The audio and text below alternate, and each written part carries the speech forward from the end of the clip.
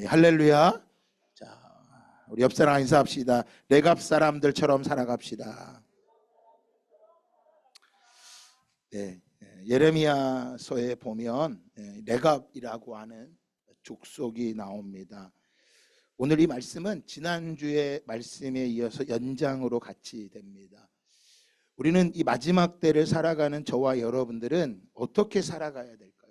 사람들이 불안하고 염려하고 근심하는 것은 어떻게 살아갈지를 모르기 때문입니다. 그저 모르기 때문에 그 상황을 모면하기 위해서 선택하면 안 되는 거짓말을 하고 살아가는 사람들이 많이 있습니다. 특별히 요즘은 정말 거짓말이 많이 있습니다. 매스컴에 보면 다 온통 자기 말이 진짜라고 수없이 하지만 그 어느 것도 사실 믿기 어려운 시대가 되었습니다. 전쟁을 해도 러시아와 우크라이나 서로 이기고 있다고 말합니다. 그것은 사기 때문에 전쟁에 이기기 위해서 합니다. 청년들도 또 많이 SNS로 많은 것들을 올립니다. 굉장히 자기들이 행복한 것처럼 말하지만 행복하지 못한 사람들이 굉장히 많이 있습니다. 왜 그토록 행복을 추구하려고 할까요? 앞이 보이지 않는 시대이기 때문입니다. 온통 많은 것들이 발달돼서 자동차도 과거와 달리 정말 화려한 자동차가 많고 핸드폰도 집도 정말 모든 사람들이 살아가기 편리한 시대가 되었습니다. 그런데 문제는 많은 사람들이 그 편리한 시대에 행복을 누리지 못하고 더 많은 사람들이 불행하고 어렵게 살아가고 있다라고 하는 것입니다. 얼마 전에 한국에서 조사를 했는데 우리 한국 사람들 가운데 성인들을 조사했더니 무려 20%가 약물에 의존해서 잠을 자고 있다고 합니다. 약물을 먹지 않으면 잠을 잘 수 없는 고통의 시대가 찾아온 것입니다. 그리고 알 수 없는 수많은 질병들이 있습니다. 약은 있다고 하지만 약보다 더 많은 질병들이 나타나고 있고 그 소리를 들으면서 더 많은 사람들이 안전을 위해서 얼마나 확신을 갖고 오래 살고 싶은지 보험이라는 보험은 정말 더 많이 들고 있습니다. 보험을 드는 거에 나쁜 건 아니지만 보험을 든다는 건 내가 아플 것이 확실하다는 증명을 가지고 살아간다라는 거예요. 여러분 이렇게 불안하고 혼란한 시대에 여러분은 어떻게 살아가려고 하고 있습니까? 정말 혼탁한 세상이고 진리가 없어져 버렸습니다. 유튜브만 봐도 그렇고 온통 어떤 한 목사님이 분당 우리 교회 이찬수 목사님이 그런 설교를 하나 제목을 설교 시간에 이야기하시더라고요. 넷플릭스가 모든 성도들을 죽이고 있다고. 넷플릭스. 우리 넷플릭스를 모르시면 감사하시기 바랍니다. 넷플릭스를 알고 있다라고 하는 것은 영적으로 죽을 날이 죽어가고 있다라는 것을 기억하셔야 돼요. 한 번도 성경이 사람을 죽인다고 말하진 않습니다. 넷플릭스가 사람을 죽이고 유튜브가 사람을 죽이고 있다라고 하는 거예요. 밤낮이 바뀌어버리고 혼란하고 어려운 시대를 살아가고 있는 게 우리의 시대입니다.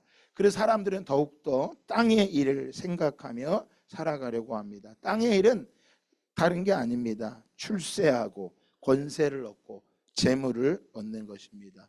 오늘 여러분 가운데 이 세 가지를 얻고 싶어서 이 자리에 나왔다면 여러분들은 잘못 나오신 것입니다.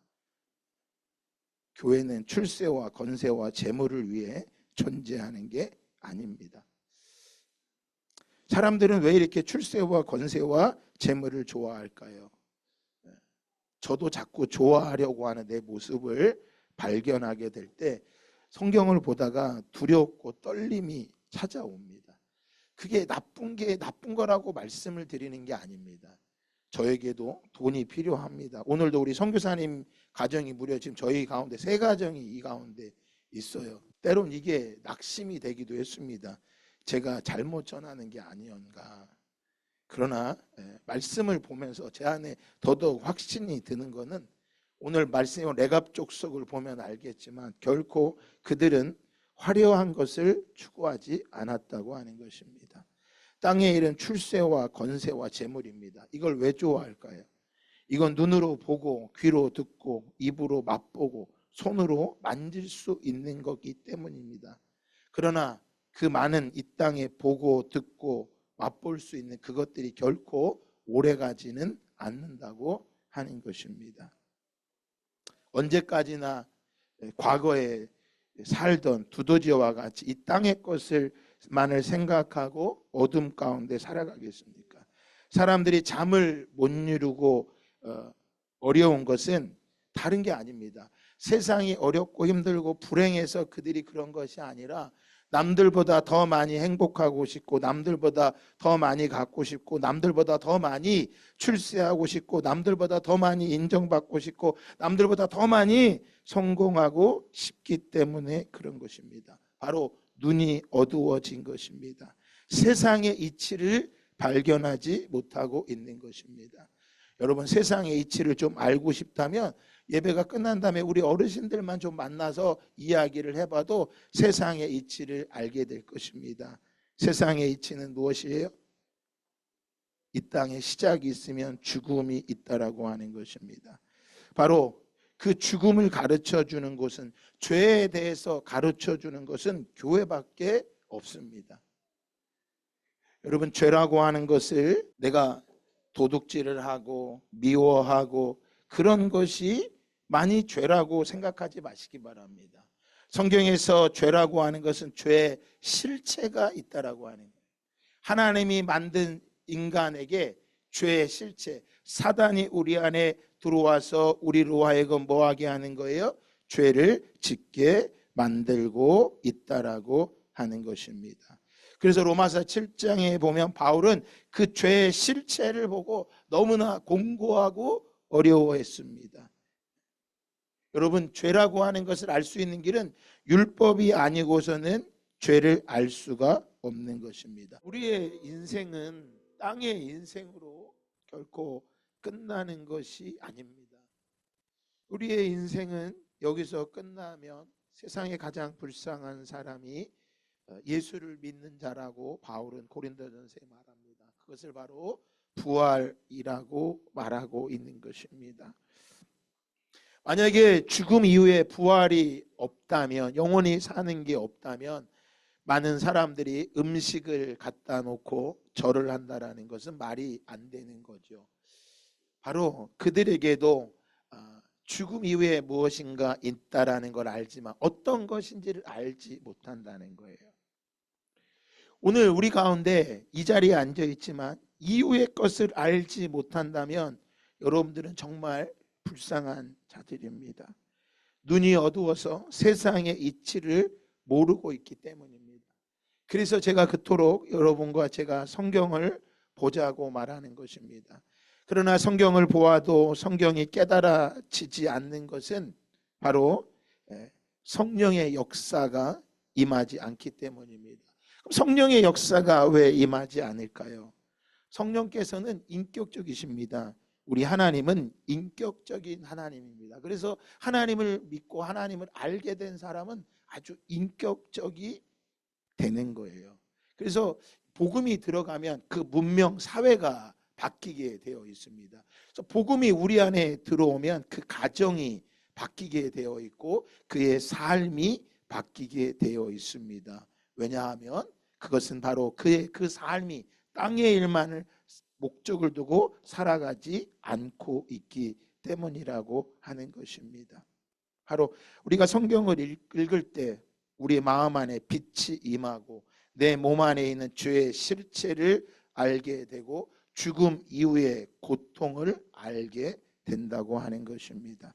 그래서 말씀을 읽고 예배에 참석해야 되는 것입니다. 설교 말씀을 들어야 되는 것입니다. 그래야만 죄를 깨닫게 되고 회개의 삶을 살아갈 수 있는 것입니다. 예수 그리스도가 아니면 대속의 은혜를 알 수 없다라고 하는 것입니다. 오직 예수만이 나의 죄를 대속해 줄 수 있다라고 하는 것입니다. 많은 사람들이 자기의 열심을 가지고 죄를 해결할 수 있다고 생각합니다. 그래서 로마서 7장 11절에 보면 죄가 기회를 타서 계명으로 말미암아 나를 속이고 그것으로 나를 죽였다라고 말하고 있습니다. 바로 이것은 종교적인 행위를 하는 사람입니다. 조금 남들보다 착하게 살고 괜찮게 산다고 해서 되는 게 아니라고 하는 것입니다. 바울은 그 모습이 바로 이제는 그것을 행하는 자는 내가 아니요 내 속에 거하는 죄니라 라고 말하고 있습니다. 바로 우리 안에 있는 근본적인 내 실체, 나의 실체를 발견하지 않으면 여러분 결코 진리를 알 수가 없는 것입니다. 오늘 본문에 나오는 예레미야 35장에 나오는 이 레갑 사람들이라고 하는 것을 우리는 좀 주목해 볼 시대라고 저는 생각합니다. 왜냐하면 예레미야 이 말씀이 기록될 때가 지금부터 2600년 전에 기록된 말씀입니다. BC 602년도에 기록된 말씀입니다. 이스라엘 역사를 잠깐 말씀을 드리도록 하겠습니다. 오늘 본문에 보니까 1절에 보니까 유다의 요시야 왕의 아들 요야김 때에라고 말하고 있습니다. 성경은 그 시대를 명확하게 가르쳐주고 있습니다. 여러분 왜 이 시대를 정확하게 가르쳐줄까요? 성경은 픽션이 아니기 때문입니다. 성경은 그냥 우화가 아니기 때문입니다. 성경은 팩트라고 하는 것입니다. 그 시대의 역사적인 사실이라고 하는 것입니다. 그래서 여러분 왜 성경을 바로 보지 못하느냐? 역사의식을 모르고 역사의 사실을 모르기 때문이에요. 바로 내 인생을 어둠에 갇혀있기 때문에 내가 어디서 시작해서 어디로 가는지를 알지 모르고 살아가기 때문에 성경을 모르는 것입니다. 오늘 여야김이라고 말하고 있습니다. 잠깐 이야기를 하면 우리가 잘 알고 있는 히스기야 왕이 있고 그는 그래도 남유다의 괜찮은 왕이었습니다. 의로운 왕이었습니다. 그 아들 므낫세라고 하는 대표적인 악한 왕입니다. 이 므낫세 때문에 하나님은 결국 이스라엘 남유다가 멸망될 것을 말씀하십니다. 그리고 그 아들 아몬이라는 자가 잠깐 왕이 되고 그 다음에 마지막 남유다의 하나님의 뜻을 나타내는 요시야라고 하는 왕이 나타나게 됩니다. 요시야 때 회복된 게 있습니다. 그것은 무너진 성전을 수리하다가 성경을 발견하게 됩니다. 그 성경을 낭독하다가 요시야가 회개하기 시작합니다. 여러분 보세요. 성경이 성전 안에 구석에 처박혀 있던 것을 숨겨놓은 거예요. 왜요? 사단이 어둠의 자들이 성경을 뭐 하려고요? 없애려고 했기 때문이에요. 그러나 그 시대에도 이 말씀을 사랑하는 사람들이 있었어요. 그래서 그 자녀들에게 마지막까지 성경을 남겨주기 위해서 숨겨놓은 거예요. 근데 누구도 그 성경에 대해서 관심을 갖지 않는 거예요. 왜? 성전에 오지를 않으니까, 예배에 참석하지 않으니까, 제사를 드리지 않으니까 그 성경에 대해 관심이 없는 거예요. 여러분 가운데 내가 성경을 일주일 내내 한 번도 보지 않았다, 지옥 갑니다. 죄송합니다. 오늘 너무 과하게 이야기한 것 같아서 여러분 마음이 어려울지 모르겠어요. 하지만 오늘 말씀을 통해서 그것들을 깨달으시기를 주님의 이름으로 부탁드립니다. 제가 성경을 읽어서 괜찮은 사람이라고 말씀드리는 게 아닙니다. 제 일주일의 삶을 비디오로 찍어서 보여주면 여러분보다 정말 괜찮은 인생이라고 저는 말할 수 없습니다. 그러나 제가 오늘도 하나님 앞에 나아갈 수 있는 것은, 나를 의롭게 하는 것은 내가 아니라 바로 내 안에 계신 예수 그리스도로 가능하기 때문입니다. 로마서 8장 3절에 율법이 육신으로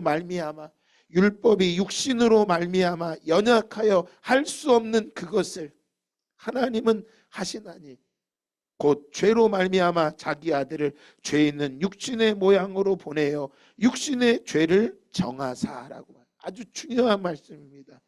율법을 우리가 연약해서 할 수 없는 것입니다. 그러니까 착한 일 몇 번 하고 금식하고 뭐 기도했다고 해서 자기가 의로워진 게 아니라는 거예요. 그 율법을 내 육신으로 할 수 없는 것. 그래서 우린 누구도 함부로 판단할 수 없습니다. 정죄할 수 없는 것입니다. 좀 의지가 강한 사람들은 좀 잘해낼 수 있습니다. 의지가 좀 선천적으로 의지가 강한 사람들이 있어요. 공부를 누가 잘해요? 머리가 좋은 사람이 잘하는 것도 있지만 엉덩이가 무거운 사람들이 잘합니다. 책상에 오래 앉아 있는 사람들이 공부를 잘해요. 의지가 강하다라는 거예요. 근데 의지가 강하다고 하면 좀 내가 남들보다 괜찮게 살아갈 수 있다고 착각한단 말이에요. 결코 그것이 의롭게 될 수는 없다고 성경은 말하고 있습니다. 왜? 죄라고 하는 것은 내가 어떤 행위를 하는 게 아니라 죄의 실체가 있다라고 하는 거예요. 여러분, 그 죄가, 그 실체가 우리를 덮고 우리로 하여금 하나님을 보지 못하게 하는 거예요. 그 예배를 빠지고 예배가 점점 멀어지면 멀어질수록 하나님과 점점 멀어진다라는 것을 기억하시기 바랍니다.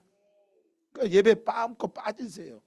그런다고 해서 당장 다리 몽둥이가 부러지고 집안이 망하고 그러는 건 아닙니다. 그러면 이렇게 질문할 수 있어요. 아니 그럼 난 매주 예배 드리는데 나는 뭐야? 나는 좋은 일 안 생기는 것 같은데. 그 예배조차 드리지 않으면 당신은 죄의 실체 가운데 죄에 덮여서 죽게 될 거라는 것입니다. 죄의 실체가 있는 걸 기억하시기 바랍니다. 그래서 하나님께서는 그 죄의 실체를 멸하시기 위해서 자기 아들을 죄 있는 육신의 모양으로 보냈다고 말씀드려요. 육신의 모양으로, 죄 있는 육신의 모양으로 보내요.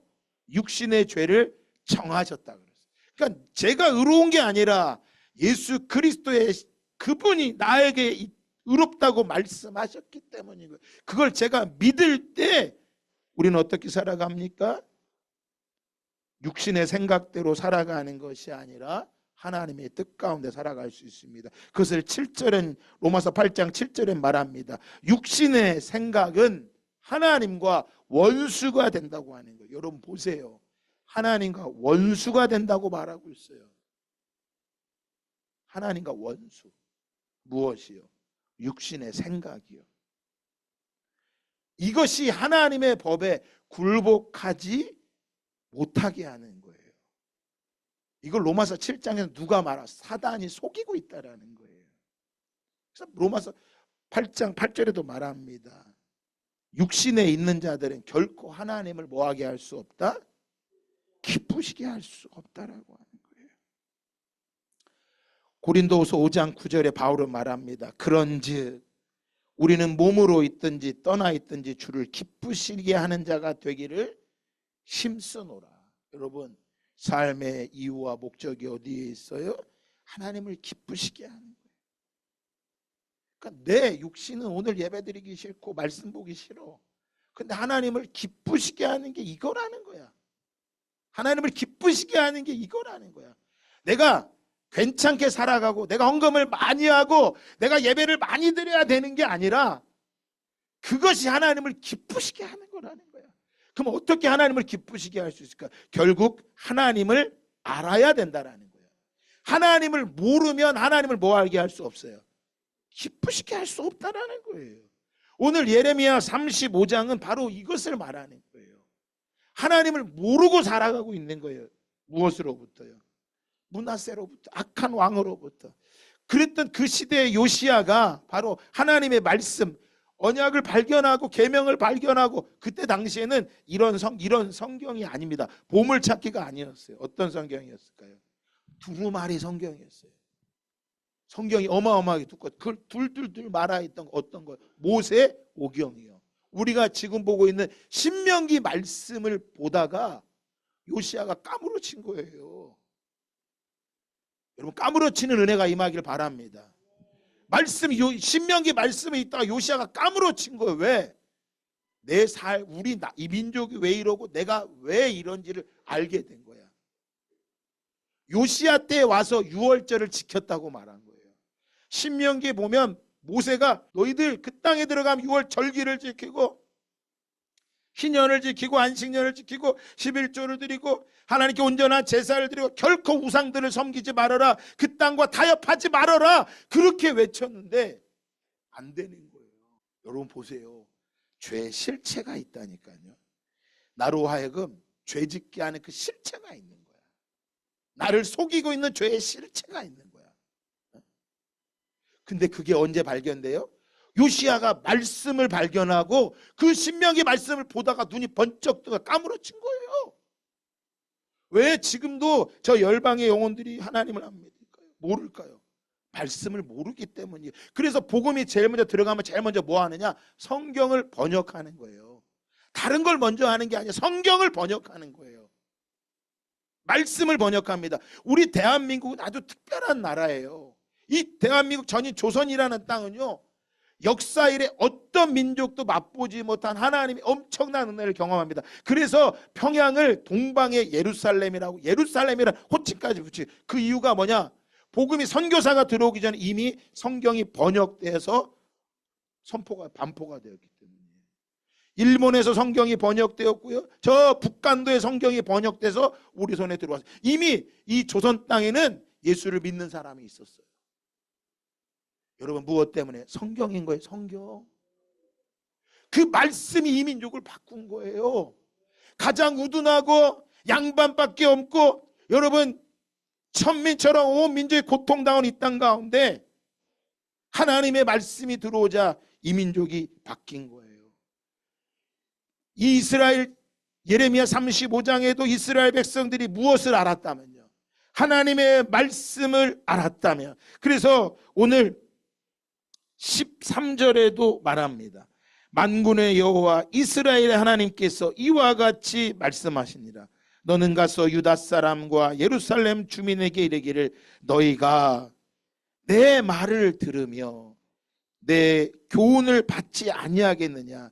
여호와의 말씀이니라. 내 말을 듣고 내 교훈을 받아야 되지 않겠느냐? 14절 하반절에도 말합니다. 내가 너희에게 말하고, 따라합시다, 끊임없이 말하여도 너희는 내게 순종하지 아니하는도다. 네, 하나님의 마음이 보이세요? 하나님이 끊임없이 말씀하셨어요. 그런데 뭐 하지 않았다는 거예요? 순종하지 않았대. 15절에도 말합니다. 내가 내 종 모든 선지자를 너희에게 보내고 끊임없이 보내며 이르기를. 자 보세요. 내 종 선지자를, 그것도 모든 선지자를 너희에게 보내고 또 보내고 또 보내고 계속해서 보내며 이르기를, 너희는 이제 각기 악한 길에서 돌이켜 행위를 고치고 다른 신을 따라 그를 섬기지 말라. 그리하면 너희는 내가 너희와 너희 선조에게 준 이 땅에서 살리라 하여도, 이 땅에서 살 것이라고 말하여도. 다 같이 한번 읽어볼까요? 시작. 너희가 귀를 기울이지 아니하며 내게 순종하지 아니하였도다. 여러분, 뭐 하지 않았다? 듣지 않았다라는 거예요. 내 말에 귀를 기울이지 않았다는 거예요. 17절 하반절에도 말합니다. 내가 그들에게 대하여 선포한 이 모든 재앙을 내리리니 이는 내가 그들에게 뭐하여도, 말하여도 뭐하지 않아서, 듣지 않았고, 또 뭐해도, 불러도 뭐하지 않았다, 대답하지 아니했다고 말해요. 여러분 잘 보셔야 돼요. 말하고 불러도 대답 없는 거예요. 말해도 불러도 대답 없는 것처럼 답답한 게 어디 있습니까? 벙어리고 귀머거리면 모르겠는데, 벙어리도 아니요 귀머거리도 아닌데 왜 대답하지 않고 왜 듣지 않을까요? 어둠의 실체, 죄악이 그들을 눈을 가리고 있기 때문에. 이 세상 어둠의 신이 우리의 눈을 가리고 있기 때문에 하나님의 말씀이 들리지 않고 보이지 않는 거예요. 들리지 않고 보이지 않는 거예요. 이 보이지 않고 들리지 않는 이 백성들에게 하나님께서는 예레미야라는 선지자를 통해서 레갑 족속이라는 그 집을 찾아가라고 말합니다. 요시야 이후에 하나님의 말씀이 그 땅에 회복이 되는 것처럼 보였지만 결국 요시야도 애굽과의 전쟁에 나갔다가 죽게 됩니다. 요시야 왕이 죽고 그의 아들 여호야하스가 왕이 됩니다. 23살에 3개월 동안 통치를 하게 됩니다. 그런데 그도 바로 느고 왕에 의해서 왕이 교체를 당합니다. 그리고 나서 세워진 왕이 오늘 본문에 나오는 여호야김 왕이에요. 따라합시다. 여호야김. 이 여호야김이라는 왕은 아버지 요시야에 의해서 그 민족이 왕을 세운 게 아니라 우리로 말하면 저 청나라에서 조선을 침범해서 대리 통치자 왕을 세운 거예요. 그러니까 자기가 왕이 된 게 누구 때문에 왕이 된 거예요? 바로의 느고 왕 때문에 자기가 왕이 된 거야. 그러니까 이 여호야김 왕이 누구의 눈치를 볼까요?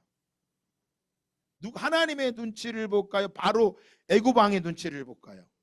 애굽 왕의 눈치를 보는 거예요. 근데 애굽 왕의 눈치를 보는 그때 예레미야가 외치는 거예요. 뭐라고? 바벨론한테 항복해라. 바벨론한테 항복하면 니들 살 거야. 바벨론 항복해. 그러니 여호야김 왕이 기분이 어떻겠어요? 기분이 나쁜 거예요. 안 듣는 거예요. 근데 바벨론에게 항복하라는 하나님의 말씀은 다른 이유가 아니에요. 바벨론이 옳기 때문에가 아니라 너희가 지금까지 내가 끊임없이 선지자를 보내고 너희에게 외치고 외쳤지만 너희가 듣지 않았기 때문에 이제 이 땅이 뭐가 돼야 된다? 70년 동안 안식이 해야 된다. 너희가 범죄하였기 때문에 너희들은 모두 다 어디로 가야 된다? 바벨론 포로로 가서 거기서 하나님을 섬기는 것과 이방인을 섬기는 것이 어떤 게 좋은지 너희들이 알게 될 거다. 그리고 70년이 차면 너희들은 다시 이 땅으로 돌아오게 될 거야. 이 땅으로 돌아오게 될 거야. 그러니까 걱정하지 말고 저 바벨론 항복하고 가야 돼. 그랬더니 뭐 하지 않는 거예요. 아무도 예레미야의 말에 귀를 기울이지 않는 거예요. 도리어 그때부터 핍박을 당하기 시작합니다. 어려움을 당하기 시작합니다. 바벨론 왕이 1차 침공 와서 여호야김을 떠나 죽이고 여호야긴 두 번째 왕을 세웁니다. 근데 이 여호야긴 왕도 말을 안 듣는 거예요. 그래서 마지막 2차 침공 3차 마지막 시드기야 왕을 세우고 바벨론은 멸망하게 되는데 그 전에 하나님께서 오늘 예레미야 35장에 레갑이라고 하는 족속을 소개시켜줘요. 그러니까 레갑이라고 하는 족속은 어떤 사람이냐면 성경에 보니까 가나안 땅의 원래 원주민이었다고 말합니다. 겐 족속의 일파이고요.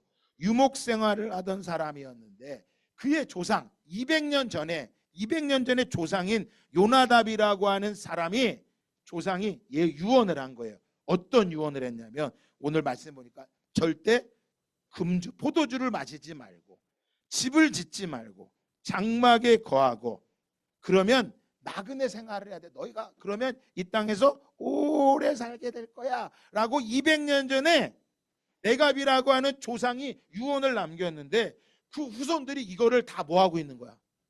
지키고 있는 거야. 그러니까 이거에 하나님께서 레갑이라고 하는 족속을 통해서 하나님께서 말씀해 주시는 게 있는 거예요. 너희가 포도주를 마시지 말아라.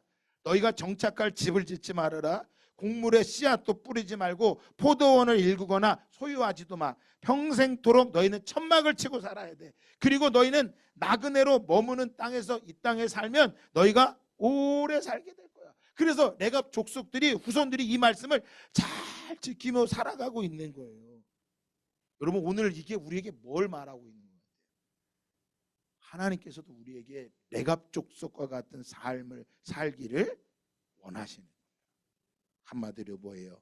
나그네의 삶이라고 하는 거예요. 영원할 것처럼 살아간 어둠의 삶이 아니라는 거예요.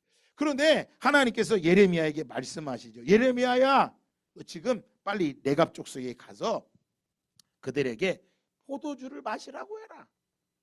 그러니까 예레미야가 막 하나님, 그 사람들 원래 안 마시는 사람들이에요.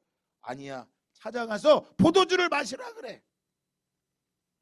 그래서 예레미야가 그의 자녀들과 익다라와 야하사냐를 데리고 가서 그 레갑 족속 사람들을 다 불러 모읍니다. 원래 지금 레갑 사람들은 예루살렘 성 밖에 있어야 돼요. 그런데 지금 다 예루살렘 성에 들어와 있는 거야. 뭐 때문에? 지금 바벨론이 밖에 전쟁을 일으키고 죽이려고 하니까 어쩔 수 없이 그 전쟁통에 예루살렘에 들어와 있는 거예요. 그때 하나님께서 예레미야에게 말씀하고 그들을 다 불러 모으라는 거예요. 그러면서 그들을 다 불러 모은 다음에 이제 말합니다. 자, 5절 같이 한번 볼까요? 내가 레갑 사람들의 후손들 앞에 포도주가 가득한 종지와 술잔을 놓고 마시라 권하매. 그 앞에 포도주와 좋은 걸 놓고 마시라고 권하는 거예요. 그랬더니 그들이 말하지요. 6절 다 같이 읽어볼까요? 시작. 그들이 이르되 우리는 포도주를 마시지 아니하겠노라. 레갑의 아들 우리 선조 요나답이 우리에게 명령하여 이르기를 너희와 너희 자손은 영원히 포도주를 말며. 그 뭘 얘기하는 거? 우리 조상 중에 요나답이라고 하는 어르신이 있었습니다. 열왕기하 15장에 나오는 요나답이라고 하는 사람이 바로 요나답입니다. 이 레갑 족속의 조상입니다. 그때 우상을 숭배하던 그들을 멸했던 그 조상이 우리에게 말했습니다. 뭘 마시지 말아라. 결코 포도주를 마시지 말고 집도 짓지 말고 포도원도 소유하지 말고 파종도 하지 말고 평생 동안 장막에 살아라. 유언을 남긴 거. 그러면 너희 생명이 길리라. 이 말을 듣고 레갑의 후손들이 다 이 조상의 말을 뭐하고 있는 거예요? 지금까지 지키고 살았는데 갑자기 선지자가 포도주를 마십시오 이렇게 권한 거야. 그럴 때 선지자가 마시라고 하니까 이때다 싶어서 뭐 할 수 있어요? 선지자가 말한 거잖아요. 선지자가. 근데 이 레갑의 후손들이 뭐 합니까? 안 마십니다. 안 마십니다.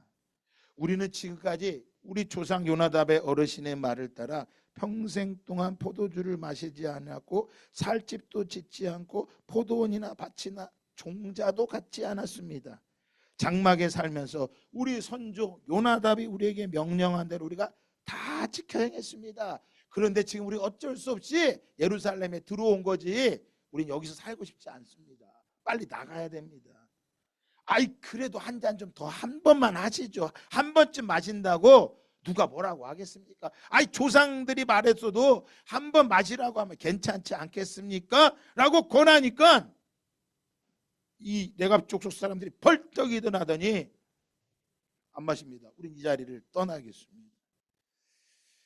여러분, 이것은 하나님께서 이스라엘 백성들에게 말하고 싶은 게 있었던 거예요. 무엇을요? 저들은 조상의 명령을 따라서 저렇게 잘 지키고 살아가는데 온 우주 만물을 창조하신 하나님의 말씀에 뭐하지 않는, 도무지 귀 기울이지 않는 저들을 향해서 애타는 마음으로 하나님께서 예레미야에게 말씀하고 있는 거예요. 여러분, 세상에서 성공한 사람들만 보십니까? 그들이 성공하기 위해서 그들이 지키고 살아가는 거. 이번에 파리올림픽을 보면서 금메달을 딴 선수들이 뭐라고 말합니까? 나 이제 가서 치킨 한번 먹겠습니다. 나 잠 못 잔 거 자보겠습니다. 내 지금까지 이렇게 못했던 거 이제 하겠습니다. 여러분, 그 말을 들으면서 여러분 마음에 어떤 게 들으셨습니까?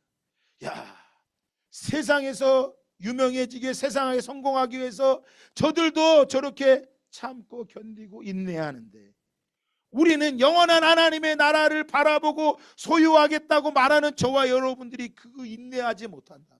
그리고 나는 하나님의 아들이니 난 당연히 하나님 나라 갈 거야, 착각하고 있는 게 아닐까요? 로마서 8장은 말합니다. 무릇 하나님의 영으로 인도함을 받는 사람은 곧 하나님의 아들이다. 여러분, 하나님의 아들은 누구나 되는 게 아니라 하나님의 영의 인도함을 받는 사람이라고 하는 것입니다. 헨리 나이엔이라는 사람은 이렇게 말했습니다. 자신의 뜻이 아니라 하나님의 뜻을 따르겠다고 결심한다면, 여러분들이 지금 이 시간 내 삶이 아니라 내가 하나님의 뜻을 살겠습니다 결심한다면 우리 자신이 하고 있는 상당히 많은 부분들 꼭 해야 되는 일이 아니라는 것을 분명히 알게 된다는 거예요. 우리가 해야 할 부르심은 우리 자신이 가지고 있는 것이 아니라 하나님이 주시는 진정한 평안과 기쁨을 주는 일이라고 그는 고백했어요. 그러니까 내가 하나님의 뜻을 따르겠다고 결심한 순간 내가 하고자 하는 많은 것들을 뭐 해야 된다라는 거예요. 버리고 포기해야 된다라는 거예요. 내가 하나님의 복을 받기 원합니다. 축복 가운데 서기를 원합니다. 그 사람은 많은 것들을 포기해야 된다라는 거예요. 그러니까 믿음이라고 하는 것은 내가 포기하지 않으면 그건 바른 믿음이 아니라는 거예요. 로마서 8장 17절은 말합니다. 자녀이면 또한 상속자, 곧 하나님의 상속자요. 여러분 모두 다 하나님의 상속자가 됐음을 주님의 이름으로 축복합니다. 옆사람 인사합시다. 나는 하나님의 상속자입니다. 축하드립니다. 상속자가 됐음을 축하드립니다. 근데 그 다음에 구절도 잘 봐야 돼요. 뭐라고요? 그리스도와 함께한 상속자니, 예수 그리스도와 함께한 상속자니, 예수 그리스도와 함께 이 땅에 영원한 복을 받을 자임이 상속자가 되었다는 것은 우리가 그와 함께 영광을 받기 위하여 무엇도 받아야 된다? 고난도 받아야 된다는 거예요. 그러니까 내가 영원한 하나님의 나라를 보는데 이 땅의 고난을 포기하지 않으면, 그것을 인정하지 않으면 결코 바른 길이 아니라는 거예요. 그래서 18절로 말합니다. 다 함께 외쳐볼까요? 시작. 생각하건대 현재의 고난은 장차 우리에게 나타날 이 영광을 보이시기를 주님의 축복합니다. 이 영광을 볼 때 우리가 걸어가는 길이 결코 어렵고 힘든 길이 아니에요. 여러분 이번에 메달을 못 딴 그 역도 선수 중에 한 명이 들다가 허리를 다쳐서 5급 판정을 받았는데 또 이번에 겨우 나갔는데 또 메달을 못 땄어요. 그 사람이 그렇게 얘기하더라고요. 내가 다음 저 LA 올림픽이 될 때까지 더 열심히 해서 메달을 딸 것입니다. 야, 나 그걸 보면서요 대단하다고 느껴졌어. 저와 여러분이 오늘 넘어졌어도 다시 한번 그 영광을 바라보며 달려갈 수 있는 믿음이 일어나기를 주님의 이름으로 축복합니다. 그 사람이 누구예요? 하나님의 영으로 인도함 받는 사람. 그러니까 내가 괜찮은 사람이라서 그가 아니라 하나님의 영이 우리를 인도하는 거예요. 오늘 내가 족속이 결코 그 조상의 말을 따라 끝까지 지키고 걸어간 것을 하나님 뭐하고 다 보고 계신 거야. 그러니까 우리가 오늘 믿음으로 살아가는 것 아무도 하나님이 안 알아주는 것 같죠? 하나님 알고 계신다니까. 기억하신다니까요. 레갑이 그 조상 요나답이 걸어갔던 그 길을 그 후손 레갑이 따라갔을 때 여러분 뭐예요?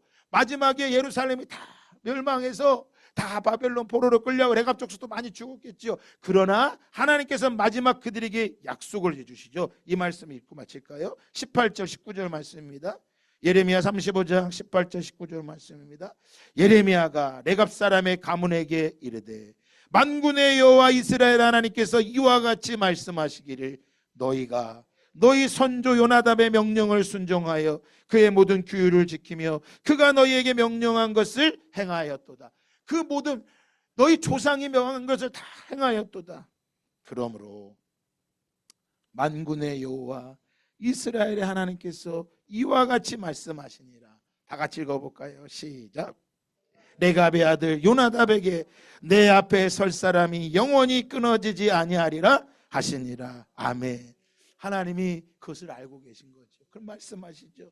레갑 사람들아, 요나답의 자손들아, 너희들이 내 앞에 설 사람 영원히 끊어지지 않을 것이라. 여러분 최고의 복이에요. 하나님의 성전을 떠나지 않는 정말 이방인이었단 말이에요. 레갑 족속은요, 요나답은요 아브라함의 후손이 아니에요. 이방인이었단 말이에요. 그런데 하나님께서 너는 영원히 이 성전을 끊어지지 않을 것이다. 여러분 여기 가운데 믿음의 부모들이 계세요. 이 정도 자녀의 유산을 좀 남기시기 바랍니다. 제가 저희 어머니 이야기를 늘 말하잖아요.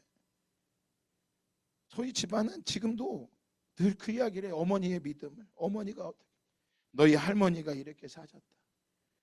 너희들 주의를 빼먹으면 안 돼. 주의 종을 잘 섬겨야 돼. 너희들 11조 빼먹으면 안 돼. 너희 하나님의 뜻 가운데 완전히 살아야 돼. 제가 괜찮아서 목사가 된 게 아니에요. 우리 어머니가 기도하시고 우리 어머니의 그 믿음이 오늘 저를 이끌고, 저도 목회하면서 수없이 넘어지고 자빠져서 제가 부끄럽지만 제가 종종 얘기했잖아요. 저희 사모님하고 그만 살자고, 우리 이혼하자고 2번이나 법원에 갔다고, 창피하다고. 그랬더니 이 말을 듣고 우리 어르신들이 제일 은혜를 많이 받으셨다고 그러시더라고요. 나중에. 왜? 목사님은 거룩해 보여서 괜찮은 줄 알았더니 목사님 우리랑 똑같네요. 은혜가 됐어요. 그러시더라고요.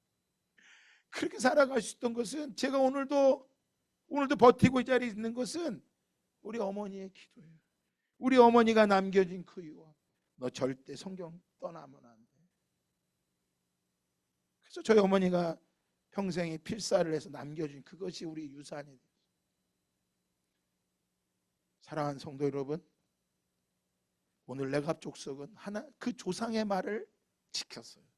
그 조상이 하나님을 온전히 섬겼기에 그들은 따라갔지만, 오늘 이스라엘 백성은 아브라함의 후손이라고 자랑스럽게 얘기했지만 그들은 하나님이 말씀하여도 듣지 않았고 하나님이 불러도 대답하지 않았어요.